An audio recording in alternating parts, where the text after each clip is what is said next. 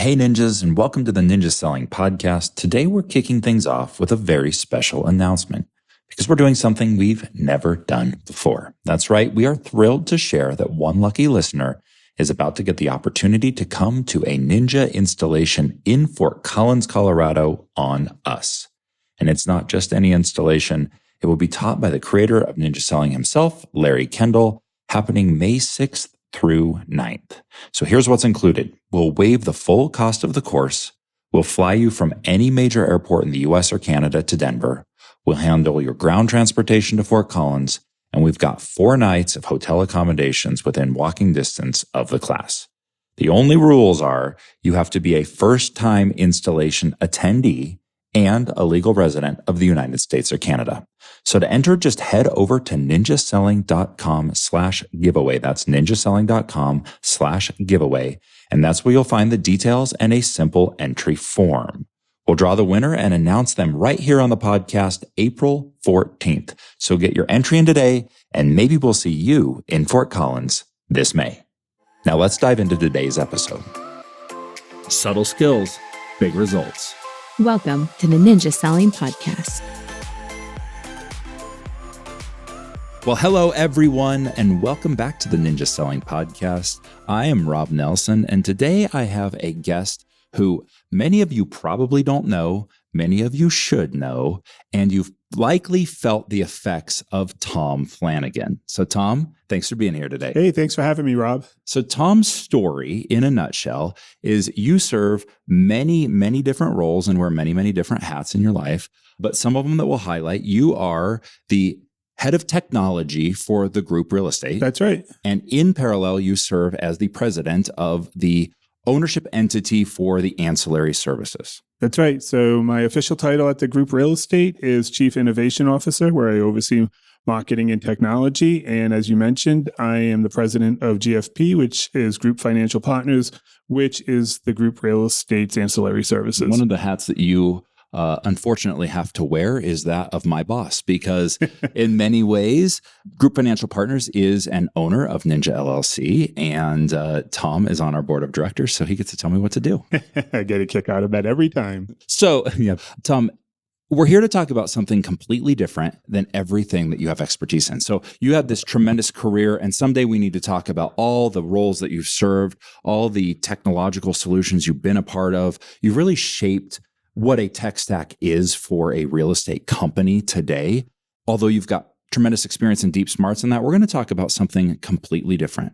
And really the path to that is you have a passion project that you turned into a presentation at a recent real estate conference.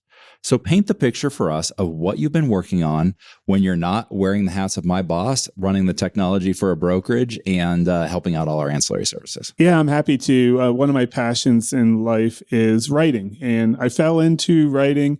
I was the technology columnist for Inman News for half a decade, and I just loved writing, and I transitioned from writing a technology column to writing a memoir and a novel. And so I just love writing. I'm a dedicated writer.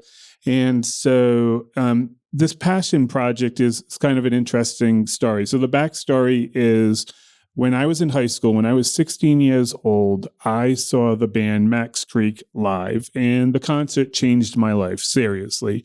I used to see the band, much to my parents' chagrin. I would see the band every Wednesday night in high school. I was a teenager. I had found my tribe, and I used to see the band at a famous rock club, or infamous, depending on your point of view, in Providence, Rhode Island. Used to see them every Wednesday night and saw them for years and just loved them. Made so many friends. The same fans would go every week. This is before social media, so you get to spend a lot of quality time with people. I made a lot of lifelong friends in that community. And then, of course, life goes on. You know, I graduated college, I got married, I had a child, I moved across the country, but I still always loved Max Creek, the band, during this time. And then a few years ago in 2023, they actually announced that they were playing Denver, Colorado. And so they're still a band decades later. All these years later, they've been a band for 5 decades. And I thought, my gosh, this might be the last time I ever get to see Max Creek live. So I went to the concerts 2 nights in Denver. And I was just so impressed at how well the band still played after all these years. And I was driving back to Fort Collins after the concert, and I was just thinking, oh, I got to download a bunch of Max Creek music and see if I can buy one of their books on Amazon. And long story short, I went on Amazon. They didn't have any books. And I said, well, I'm a professional writer. I'm a lifelong fan. I would love to write their book. Serendipitous. Yeah, totally, 100%. All right. And so I reached out to the band's management. Interestingly enough, he got back to me in a timely fashion, but said, Tom, I don't think this is something the band focuses on, but it's my job to sort of pitch these ideas to the band. And he did. And the band contacted me immediately and said they were in. So that was just, an incredible moment. And so I've been working on this project for 2 years, and it's been interesting. I've gone down many amazing rabbit holes. I've gotten to interview lots of famous rock stars and best-selling authors, and it's been an incredible project. Interestingly enough, I sort of set out to write a book on, why Max Creek, the band, didn't discover more commercial success. And in that process, and the book will be completed this year, and I'm in the final acts of the book. But in that journey of trying to find out why Max Creek didn't experience more commercial success, what I really uncovered is that they've been a band for 5 decades and built this amazing community, which has just, surpassed commercial success. And my friends at leading real estate companies of the world were following the project. And I was chatting with them one day during their planning process of the annual conference. And I was sharing with them some of the nuggets, some of the lessons that I learned. And we both said, wow, this would be great everyday lessons that a marketing and technology professional can use in their everyday life. So that's sort of how the presentation came about. And so we are now sitting at the Leading Real Estate Companies of the World conference in Las Vegas just a month ago, and Tom Flanagan's on stage. What was the title and subject of your presentation for real estate professionals on effectively the journey you'd taken with Max Creek? Yeah, so the title of the presentation was Building a Community, How to Create a Dedicated Following, which is, in my humble opinion, the perfect title for a Max Creek presentation. And sort of I shared the history of how this project came to be with the audience. And then I transitioned from the lessons that I learned. And they're really great lessons. In the 70s and 80s, Max Creek didn't have a robust, promotional budget. So they leaned on things like grassroots marketing and the power of word of mouth movements, right? They had a monthly newsletter that they hand wrote every single month and delivered snail mail to all of their fans. They had fans register for the newsletter at their concerts. They had a hotline where you could call the phone number 24/7 to get updated concert information. They hung flyers on telephone poles. They did all of this grassroots marketing, which is still really impactful in today's digital age. They were really innovative. They wanted to put on a stadium concert in clubs. But back then in the 70s and 80s, clubs didn't have things like PA systems or lighting rigs. And so they reinvested their profits of the band into that technology. They really invented their own PA system, their own lighting rig. So being innovative was really critical. And there's a few other lessons that stood out to me as well. I interviewed the bass player from the band Fish for the book. And one of the things he had mentioned to me that's really important, whether you're in a band, whether you're a real estate agent, you're a business entrepreneur, one of the things that's really critical, and I really feel like this is applicable to real estate agents, is find your unique superpower. Everybody's different, but find that one thing that you can bring to the table that nobody else has and lean into that. And so that was a great lesson. Another lesson was redefining success. When I chatted with the co-founder of the band and the bass player, John Ryder, one of the things he told me was, they may be playing a club or a theater, and he'll look out in the middle of the concert and it's standing room only, and he'll think, gosh, I really did make it. Maybe they're not playing a stadium or Madison Square Garden, but he looks out and it's a sold out concert in that club or theater. And so this idea of redefining success, Max Creek may have not had the commercial success of some other bands, but their perseverance is something to note. I don't know about you, Rob, but my social media feeds are littered all the time with real estate agents or real estate brokerages boasting their sales volume, Absolutely. $2-3 million in sales. And I don't think those vanity metrics resonate with consumers. And so just imagine redefining that success and saying, hey, we served 1,200 families in 2024, or we helped 200 families find their forever home. Mm-hmm. And so I think that's really a great lesson as well. And then, of course, the power of community. When you do, this isn't a get rich quick initiative, but once you build a community, those are great headwinds, right? Tailwinds, it goes a long way. And Max Creek truly built a community. And I think if you're a real estate brokerage or even a real estate agent, those lessons are important. Yeah, I think first of all, there's a lot to unpack there, right? So we did a 50-minute presentation in 5 minutes. Pretty much. But there's the one thing that stands out for me is that you talked about Max Creek not just as a band here, but as a movement, as the foundation on which a community was built. What allowed them to do this? I mean, I heard the specific things. I think they're so innovative that they had a newsletter, that they had a hotline. But what are the deeper cultural things that took this idea of a band, which is no different, if we're being honest? It's the sort of weird business expression of art, right? Is a band that's going to go out and tour because they're trying to pay their bills. They're trying to get people in to see them, but they elevated that from just a business into a movement. What's the difference and how did they do that? Yeah, I think it was their why. Again, I chatted with John Ryder, the bass player and co-founder of the band, and he said, Tom, one of the reasons why I started the band was to give people a place to call home. And I'll say that again. He started the band to give a place that people could call home. And I think that's a very different why a lot of musicians or bands are looking to things like, oh, wouldn't it be a great goal to play Madison Square Garden or win a Grammy Award or some sort of other accolade? They didn't have any of those motivations. They wanted to create a community where everybody was welcomed. And they did that. And back in the early days, it was really family focused. It was a safe environment where adults could bring their children. It was all ages. They shared food. They probably had some of that mentality left over from the 1960s and that movement. But they also had lots of interesting and diverse things at their concerts. They'd have, poetry readings and artists and all of those things. And everybody was welcome. And there was none of those sort of social stigmas. And I think setting that tone early on really paved the way. And again, these aren't formal mission statements or value statements, but just having that mindset from the get-go, I think really paved the way. So if you could reverse engineer Max Creek's approach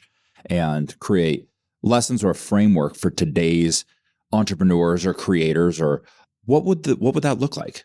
Yeah, I've thought about this a lot, and it was interesting that I delivered the presentation at Leading RE, because one of the things I think that Leading RE did a great job doing in their business, and there's a lot of great ninja companies that are part of the Leading RE network, is Ninja Nation is a tribe. Yeah, it is sure. a community, right? And so both Leading RE and Ninja Nation are two great examples, but in Leading RE's case, they really built a community. So there are lots of great conferences in the real estate industry, and there's certainly no shortage of them. And every conference, if it's worth the price of admission, is going to have a great speaker. It's going to have timely content, and there'll be networking, right? That's sort of the three pillars of a conference. But what I've noticed in the Leading RE network is that the members themselves have formed personal relationships. And I think that's sort of the secret sauce. True communities thrive when the connections are from within. And when you look at Ninja Nation, if there's a group of people that go to a Ninja installation and they're going out to dinner after the installation, or they're going for drinks, or they're continuing their relationships and friendships out after the Ninja installation, and they go home and they go back to their hometowns, I think that's really critical. So I think that's sort of the key, is true communities thrive when connections form within. That's happened at Leading RE. That certainly happened in Ninja Nation. And I think that's really an important item. I think the way I heard what you just said was we should be the reason that people who want to see each other get to. Exactly. Yeah. That's exactly right. So as you think about client events throughout the year, you think about opportunities to engage with the community, what would it look like if it wasn't about us, but it was about us facilitating the environment and the reason for those people who want to see each other and reconnect to be able to do so. Yeah, and that's exactly what you just articulated is exactly what John Ryder had said. He wanted to give people a place to call home. To your point, providing the platform. And the group Real Estate does these types of things. For example, every January, we have the real estate forecast where we have 1,500 consumers show up. And of course, we talk about real estate, but there's lots of other things happening.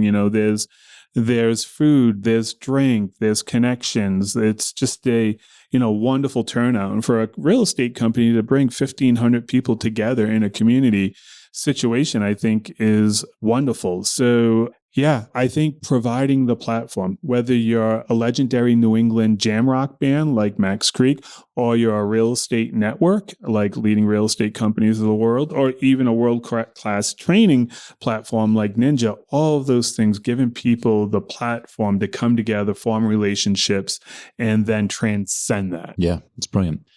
In today's world of instant, right? So you've got instant followers. It's literally called Instagram, right? So there's this instant, and the pace at which digital things happen is accelerated dramatically. What is there to learn from what you called a grassroots or a slow burn approach that Max Creek embodied?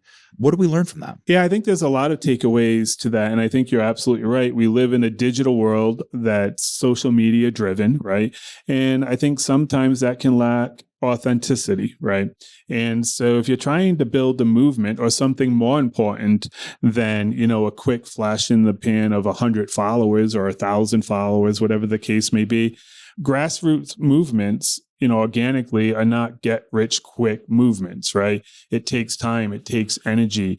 You need to be in it for the long haul, right? You need to have the authenticity. You need to ride the highs and the lows. Max Creek certainly did that. And, I think ultimately, whether you're a fan of music, going to see a rock band, or you're, a business professional wanting to educate yourself, network, whatever the case, I think you're going to gravitate to authenticity and maybe not trends, right? Something that's tried and true. And community building is tried and true. Trends, not so much. Yeah. I kind of look at the idea of having a newsletter, the idea of having the hotline as akin to the idea of autoflow in Ninja, right? That there's two really important pieces of that. One is that you are regularly communicating items of value to people so you stay top of mind. The other side is to be easy to communicate back with. If somebody has a question, they know exactly what to do. So they created a hotline, right? And they would call because the question people were asking is, where can I see you next? Or when do you come to Providence again? So keeping that in mind, what are the things they didn't do? Because I think that promotion can sometimes be what we think we need to do, and then it backfires. So yes, they were easy to communicate with, and yes, they were creating a regular cadence of communication to their people. But what were other bands doing, or what do other real estate agents do that they didn't or we shouldn't? Yeah, that's a great question. There's a lot to unpack there too. Let me begin with autoflow, because you mentioned autoflow, right? And I know a lot of, obviously, Ninja Nation is going to be, very familiar with autoflow. It's something that we utilize at the group every single day. And, we always try to have a combination of marketing that is both a good balance of online and offline, digital and analog. To this day, we still send out a printed newsletter called The Inside, and we send out 30,000 copies a month. And to this day, and in 2025, we're still sending out a printed newsletter, right? And we get a lot of traction on that. There's a lot of blue ocean there. We also have the digital version of that. So I think, exploring different form factors is really important. Now, to answer your question specifically about what Max Creek did or didn't do, I can certainly point to a few very formal sort of examples. Max Creek certainly had opportunities to maybe sign with record labels in the music industry that may have negatively impacted their community, but they chose not to. And so they really had this streak of independence. So their first 3 albums, which were world-class productions, were independently created, self-funded, engineered themselves, and one included a double live album. Really, top quality stuff, anything that you'd find from the Beatles, the Rolling Stones, the Who, whatever the case may be. But they made decisions that maybe weren't the best business decisions, but certainly favored the community itself. Sure. So in my journey of being a fan of the band for decades and writing this book, I've learned that they had made decisions that maybe weren't the best in terms of their business or their personal finances, but certainly made decisions to help the community thrive, to grow together. And that's always a trade-off, right? And everybody has to make those decisions independently. But that's just a couple of examples. Yeah, I get it completely. One of the things that I heard you say is the band defined success a little bit differently. How has writing this book changed your own view of success as you've watched their journey? Yeah, that's a great question. And I certainly, alluded to that example, like social media. My social media feeds are always filled with all of these vanity metrics. And I really do think that there's an opportunity to, if you're a real estate agent or a brokerage, to come up with metrics or accolades that really are focused on them. It's about them, right? And so I don't think those types of boasting about your gross sales volume or GCI or things like that really resonate with the consumer. So I think I've personally learned that speaking directly to the consumer and how does that impact them and how does that improve their customer experience, I think that's this journey with Max Creek has certainly shed a lot of light on that for me personally. I also think too, in this day and age, technology, AI, all of these things, can be great tools with efficiency, but they can also lessen the authenticity of something. Yeah. And, I think Max Creek has just done a wonderful job. And it's an interesting dichotomy. Some of the things I think of is, and this is kind of interesting to sort of explore, is this premise that maybe the reason why Max Creek didn't experience more commercial success like some other bands in their genre, but is also the reason why they've been existed for 50 years, 5 decades. And so it's kind of this dichotomy where, those two things can exist simultaneously. Yeah. Maybe they weren't as commercial, it's a trade-off. They weren't as commercially successful as other bands like Dave Matthews Band, Fish, Blues Traveler, Spin Doctors, bands of that genre of music. But those bands didn't last the 5 decades that Max Creek has. Yeah, it's very interesting. Tom, the beginning of that brought to mind, I got a text message yesterday from a neighbor and very good friend of mine.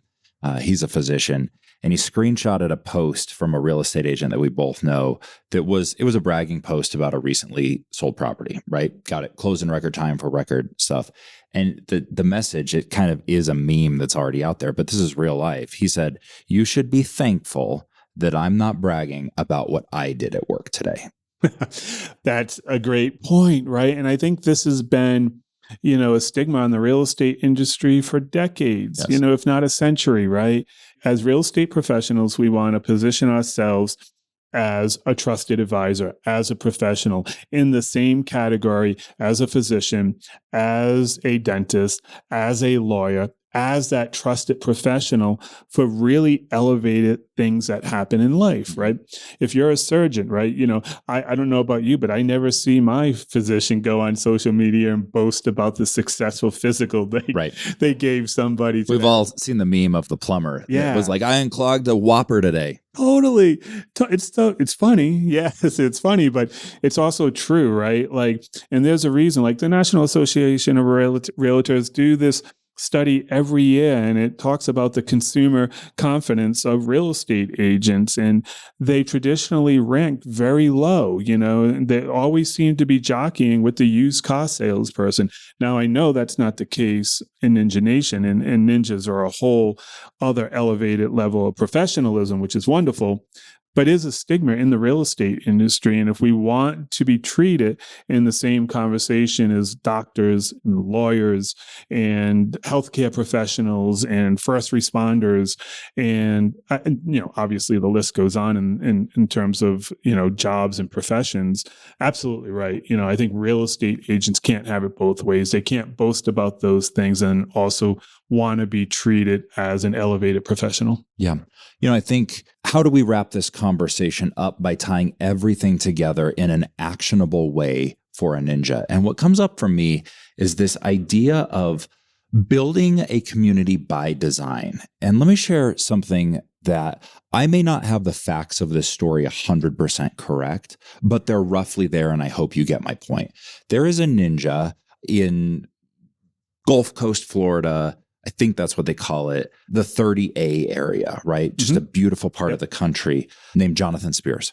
And it's my belief that Jonathan Spears was quoted in an interview with the Wall Street Journal as calling 30A the Hamptons of the South. And that set forth an identity for what that community could be like. Because the Hamptons, you're from New England, right? Yep. This is where, let's be real, this is where highly successful people go to unwind and leave behind the stresses of the city and their big time obligations. It's where they access the toys and the relationships and the family moments that they built space for. And he said, we can duplicate that same magic here in 30A. And he coined that phrase, the Hamptons of the South. And so he created a community inside of his real estate network around that idea. What would a ninja do to build a community that would benefit them in both their business, but would also benefit people who they serve? Yeah. And I know Jonathan and his company, he's done great work. And what a perfect example of building a community, right? And everything you just said, Jonathan's executed on. He has just done a wonderful job with his team and his brand and his community building. And your question is a great one. And I think what an opportunity to be a real estate professional, right? A real estate agent. Truth be told, real estate agents are the best people in the world, in my opinion. They are my friends. They are my family members. I've lived in 3 different sections of the United States. And I always say, when you move to a new community, if you want to know the ins and outs of that community, befriend a real estate agent. They are the best people in the world. If you want to know about school systems, if you want to know about the best places in town for restaurants and music, whatever your family is into or yourself, a real estate agent has all that proprietary knowledge. They are the backbone of communities. And because of that, there are so many opportunities. It doesn't matter if you're just a solo real estate agent, you're a team, you have a small brokerage, whatever the scalability is, I think there's a wonderful opportunity to build a community, right? Whatever you're into, I see it every day. It doesn't matter what your passions are, what your hobbies are. It could be mountain bike riding, it could be fishing, it could be painting, it could be the holidays, whatever the case may be. There are just so many opportunities for real estate professionals to build a tribe. And scalability is important. I always say I would rather focus on quality versus quantity, Agreed. right? And, my daughter's a big Taylor Swift fan. I'm a Taylor Swift fan as well. But let's be honest, most Taylor Swift fans only see Taylor maybe once or twice in their entire lives, if that, right? Yep. People who see Max Creek have seen Max Creek 500-600 times, right? So scalability, there isn't always strengths in numbers. I would rather have 1,000 true fans who are passionately invested in me as a person, in my business, than I would say 10,000 people who could care less, right? Yeah. And so I think if you're just a real estate agent and you're in your community in some town in the United States, there's just so many opportunities to build a community around a certain passion, a shared vision, and to extend just walking through somebody through a transaction, right? That is critical. That's your job, right? Is to be a trusted advisor, to control the transaction and to make people's dreams come true, right? And to get them housing, which is one of the most important things in life. But at the same time, you can build lifelong clients. You can build friends. You can build communities, being in flow with these people, right? And what you've done in that situation, and what I love about ninjas, is they're not just customers or clients. These people become friends. They become family. I know so many groupies here at the group that, they've turned their clients into friends and become godparents to their children. That is transcended real estate. And that's exactly what community building is. And I hear you say this whole thing is rooted in the ideas of intention and authenticity. Absolutely. Yeah. Okay. 2 final questions. Yep. Is there a title for the book yet? Yeah. So the working title for the book is Max Creek, Thanks for Being Here. Thanks for Being Here is typically how they end their concerts. And so when they finish up a show, they're just, they thank the audience for being here. So that's the working title, Max Creek, Thanks for Being Here. It'll be finished in 2025. It's been a long journey. It's been a passion project. And I'm really excited, Rob. I don't know when this podcast will be airing, but today is March 27th. My birthday is tomorrow on March 28th, and Max Creek is playing Denver Friday and Saturday. And I get to attend the concert with my 19-year-old daughter who's in college in Denver. And she's going to the concert with me. My wife and daughter are going to the concert with me. And if you would have asked me 3 decades ago if I would be seeing Max Creek in Denver, Colorado with my college-age daughter, I would be just absolutely stunned and shocked. And so life is wild sometimes. And, it's also been amazing. When I began this project, again, as you mentioned, it's a passion project. It's something I work on nights and weekends. I would have never guessed in a million years that writing a biography of a legendary New England rock band would sort of bleed into my professional life. But at this point, there are just so many wonderful lessons that any business owner can take away from this book. I would have never guessed it, but it's just really been a blessing. Yeah. Well, this has been fun. Thanks for your time today. Thanks for all your insights. If people are wired like me, the next thing they're going to go do is check out Max Creek. I think I'm curious. You piqued my curiosity. I want to hear a song. This is the most unfair question you can ask somebody who loves something to the degree that you do. But what one Max Creek song should they check out? That's a great question. So all their music is on all the streaming channels. So you can go to Spotify, you can go to Apple Music. Gosh, you could go to YouTube and look up their music. I'll recommend the first album that I discovered by Max Creek. The album is called Windows, came out in the late 1980s. I would recommend that. And on that album, it's got 2 of my favorite songs. One is called You Write the Book, which is, perfect for this conversation. And then, of course, the song Windows on the album Windows. So those are 2 to check out. Amazing. And I appreciate Thank you. That's when you know somebody loves something, if they can't give you just one. Tom, there seems like only one way to end this podcast today. I want to say thanks for being here. It's a situation, it's an underlying sin. I think I hold in my head, but it all comes down to the final realization. Once you hold